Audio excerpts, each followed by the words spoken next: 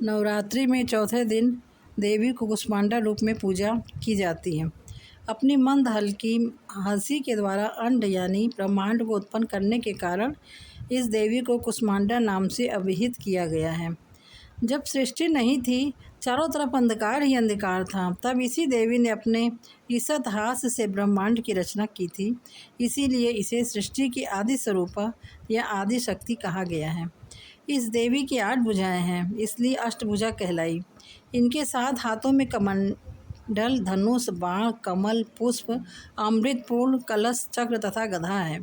8वें हाथ में सभी सिद्धियों और निधियों को देने वाली जप माला है। इस देवी का वाहन सिंह है और इन्हें कुम्हड़े की बलि प्रिय है। संस्कृत में कुम्हड़े को कुष्मांड कहते हैं, इसलिए इस देवी को कुष्मांडा। इस देवी का वास सूर्य मंडल के भीतर लोक में है। सूर्य लोक में रहने की शक्ति क्षमता केवल इन्हीं में है, इसलिए इनके शरीर की कांति और प्रभा सूर्य की भांति ही दीप्यमान है। इनके ही तेज से 10 दिशाएं आलोकित हैं। ब्रह्मांड की सभी वस्तुओं और प्राणियों में इन्हीं का तेज व्याप्त है।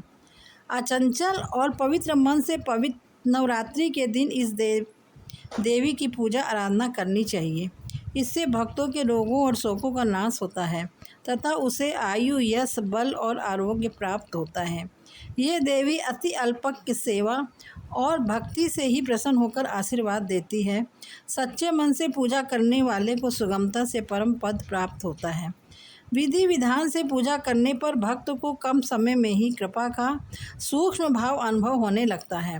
ये देवी आदियों व्याधियों से मुक्त करती है और उसे सुख, समृद्धि और उन्नति प्रदान करती है। अतः इस देवी की उपासना में भक्तों को सदैव तत्पर रहना चाहिए।